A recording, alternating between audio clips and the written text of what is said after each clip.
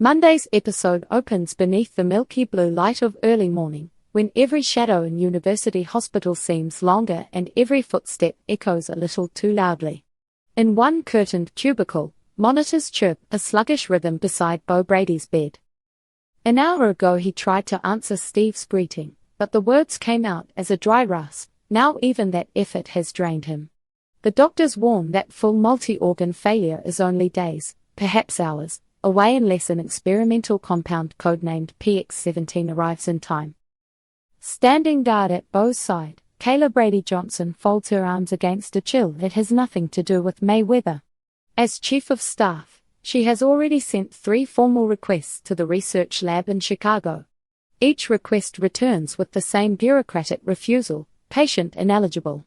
Trial integrity must be protected for the benefit of thousands. Kayla understands the logic. She lived through enough failed miracle cures to know why ethics boards exist, but the dry language feels like ice water on her heart. Beau is not a data point. He is her brother, Caroline's stubborn son, Hope's once and forever hero. If she loses him, a piece of Salem's soul disappears. Steve and Sean refuse to wait for permission. No sooner does Kayla whisper her latest update than Steve Patch Johnson strides into the corridor like a man half his age, every sinew coiled for action. With him is Sean Douglas Brady, Beau's son, still in civilian clothes from the overnight stakeout he abandoned the moment Kayla's text flashed across his phone.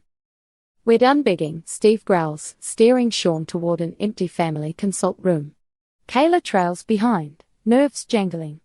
Inside, Steve slaps a folder onto the table: maps, swipe badge schematics, CCTV blind spots, all compiled in 6 frantic hours. Sean's eyes widen. "You pulled this together already?" "Kid, I've broken into tougher joints than a medical annex." "I'm a cop," Sean reminds him. "You're an ex-SEAL with enough priors to fill a phone book. If this goes wrong, neither of us walks away clean." Steve's reply is pure steel: "A clean conscience won't comfort your mum when the monitors flatline." Kayla pleads for calm, but she sees the truth in Steve's face. He will not stand by and watch Beau slip away because someone, somewhere, thinks paperwork matters more than a man's life. The plan is reckless: midnight insertion through a rare service dock, swipe 2 vials, wipe the security footage, and be gone before the night orderly finishes his coffee. Sean argues to come along. Steve counters that one Brady behind bars would destroy hope. They compromise. Sean will create an airtight alibi for Steve, forging digital timestamps that prove Patch never left Salem. It is risky, messy, and exactly what brothers in arms do when death circles a friend. Roadblocks loom before the first mile is traveled. What none of them know yet is that the Chicago lab has quietly doubled its overnight security after rumors of pharmaceutical espionage. A private firm now guards PX17, and its lead agent once tangled with Steve back in his ISA days. If that face appears on the other side of a dim hallway, the alarms will sound before Steve even draws breath. Meanwhile, back in Salem, a federal auditor has arrived to review the hospital's transplant protocols. Should a miracle drug miraculously appear in Beau's chart, awkward questions could land Kayla before a disciplinary board. Yet time ticks away, and as Monday's hourglass turns, viewers will watch Steve and Sean piece together the final details, each man driven by love, loyalty, and a thunderous fear that this gamble is their last. In the town square, a broken promise of parenthood. While one half of Salem draws up burglary plans, the other half faces heartbreak of a different stripe. On the refurbished bench outside Sweet Bits Bakery, Chanel Dupree wipes away the mascara track that betrays she has been crying since dawn. Beside her sits Johnny DiMera, shoulders slumped, hands clasped so tightly his knuckles bleach white. Only a week ago they were choosing nursery paint chips. Now the adoption of Sophia and Tate's newborn is collapsing for the second, maybe final, time. First it was Sophia's Aunt Amy who blocked the placement, convinced no DiMera could raise a child without corrupting it. Chanel handled that setback with her usual sparkle, rallying legal allies and baking apology cupcakes by the dozen. But today's roadblock cuts deeper. Johnny himself has pulled the plug. After endless headlines about his father EJ's schemes, the young filmmaker lies awake nights, terrified he will become what he despises. Chanel's voice cracks. "You promised me we would build a home, Johnny. You said you wouldn't let anyone's last name decide our future." Johnny answers barely above a whisper, "I'm scared I'll fail that baby the way my family failed me." For Chanel, long accustomed to conjuring success with charm and ambition, Johnny's retreat feels like betrayal. And so, when she spots DiMera striding past the cafe umbrellas, she funnels her anguish into fury, marching straight into his path. DiMera meets the storm he helped create. Falters as Chanel unleashes a torrent of accusation. "Your poisoned legacy stole my child out of my arms." Passers-by pause. A pigeon flutters skyward at the volume of her grief. Starts to defend himself, but guilt flashes behind his tailored facade. He knows his reputation curdles every room it enters.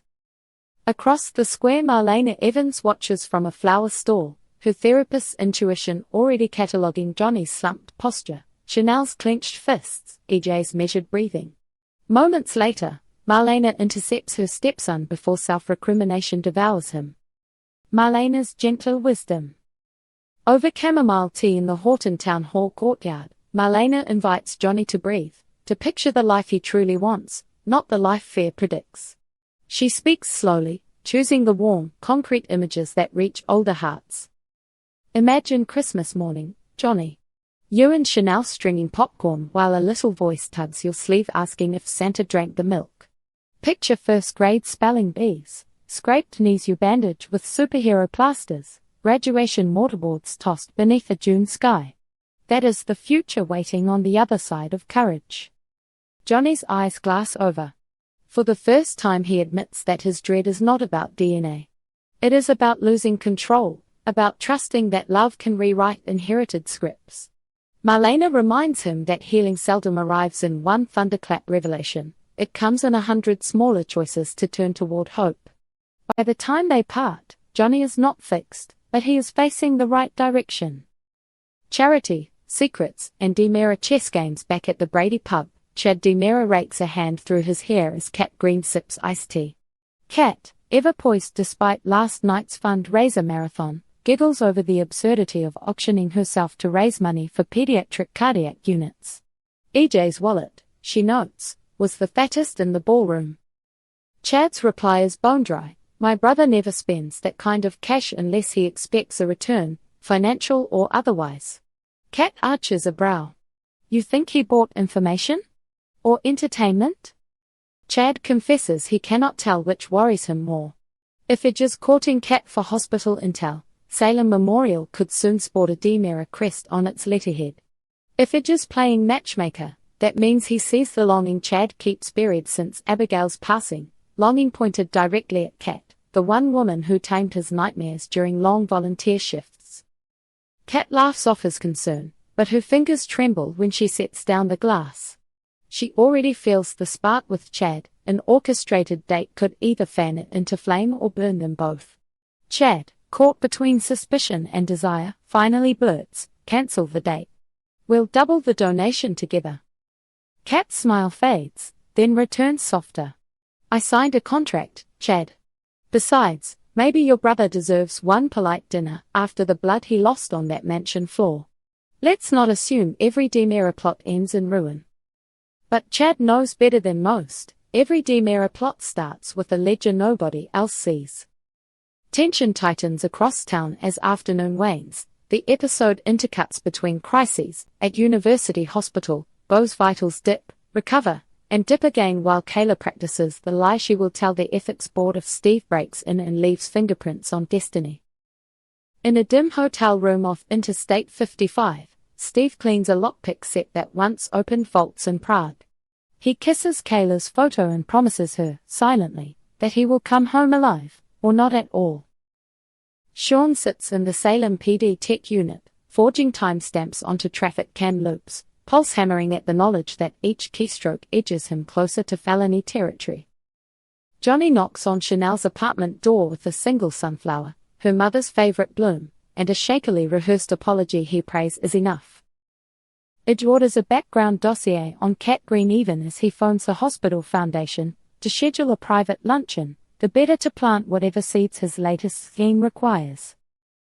Cat gazes into the brass mirror behind the pub bar, wondering if she truly saw Chad's gaze soften or if loneliness invented the moment. Monday's cliffhanger. Night settles. Salem's street lamps flicker to life one by one, as though an unseen stage hand is lighting the set for acts yet unplayed. Steve zips a duffel shut and crosses the city limits. A sniper moon hangs above. Back in the hospital, Bo's monitor spikes into a shrill alarm, driving Kayla to the bedside just as the screen cuts to black. The announcer's voice promises tomorrow, a heist meets an ambush, a marriage proposal stalls, and one phone call changes the fate of a family. Stay tuned. Why this episode matters to longtime viewers. For 30-plus years, Days of Our Lives has thrived on the grand themes older audiences know by heart: loyalty that bends the law, family wounds that echo across generations, love tested in impossible circumstances. Monday's story threads touch every legacy family and place three icons, Bo, Marlena, and Idge, on intersecting collision courses.